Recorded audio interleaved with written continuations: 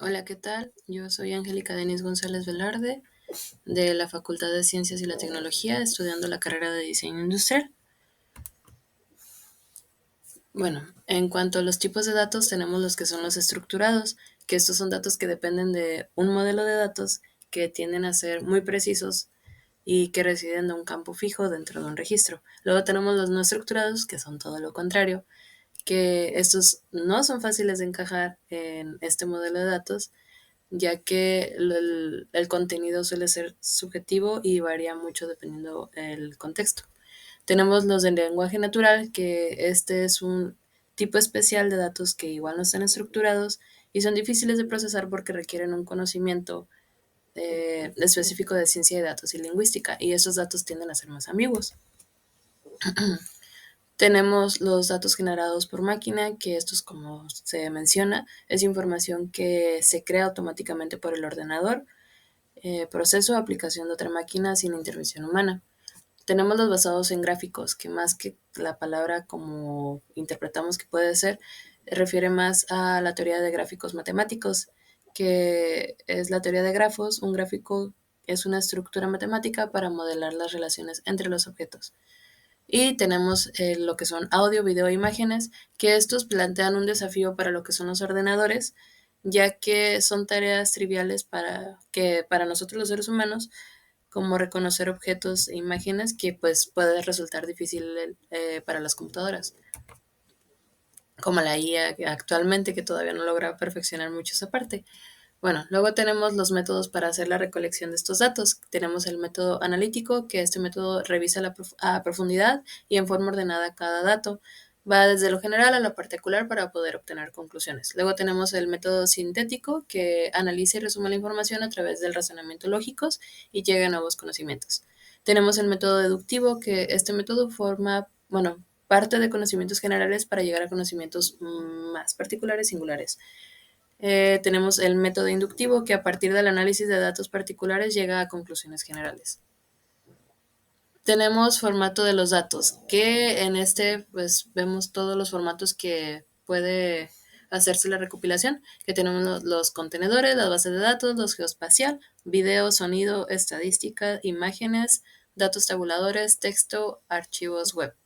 Y bueno, tenía lo que son de este lado de una gráfica, que podemos ver que tienen estrellitas estos datos, estos formatos. Y bueno, la primera estrella es que exige que el material pues esté disponible en la web, y este puede ser de cualquier formato y de una licencia abierta. Luego en el dos estrellas tenemos que los datos deben de estar disponibles como datos estructurados. En vez de imágenes, estos datos tienen que estar vaciados como en una tabla de Excel, ¿no? Por ejemplo.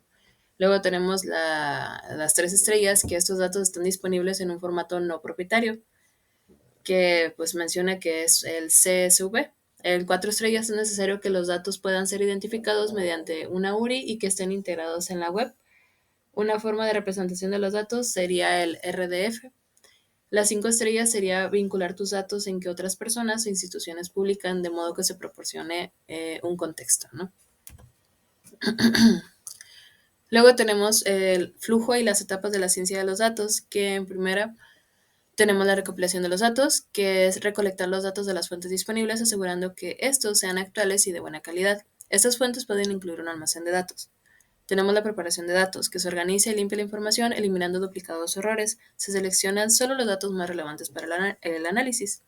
Introducción de datos. Los datos filtrados se traducen en un formato entendible y se envían a las plataformas donde se utilizarán, como un CRM o un almacén de datos, transformándose en información útil para un análisis. En cuarto tenemos procesamiento y limpieza de datos. Aquí los datos se optimizan mediante algoritmos de machine learning, permitiendo que el sistema aprenda automáticamente y realice las funciones necesarias, como diagnósticos o análisis. En quinto es interpretación de datos. El resultado final se presenta en formas comprensibles como gráficos o tablas, lo que permite a los usuarios aprovechar los datos de las tomas de decisiones y optimización de negocios. Y por último, el almacenamiento de datos, que finalmente esta información procesada se guarda para sus usos mediante su uso inmediato futuro, asegurando que cumpla con las normativas de protección de los datos. Perdón. En cuanto al almacenamiento de los datos, es una fuente clave para analizar los datos mientras se registran. Cualquier información almacenada puede ser recuperada para su análisis en el momento que se requiera. Un almacén de datos está diseñado para integrar, reportar y analizar transacciones de distintas fuentes, facilitando su uso para el análisis. Los reportes generados a partir de este sistema pueden variar desde las comparaciones anuales y trimestrales hasta gráficos detallados de información diaria. Y bueno, ante toda esta recopilación de datos tenemos que implementar lo que es la ética para esta ciencia, que esta debe estar presente en la ciencia de los datos para evitar hacer mal uso de la información de las personas, asegurándose de que no se cometan injusticias o discriminaciones y garantizar que los datos se manejen de manera justa y segura. Básicamente es para que todo se haga con responsabilidad, transparencia y cuidando los derechos de quienes proporcionan los datos. Y eso es todo. Muchas gracias.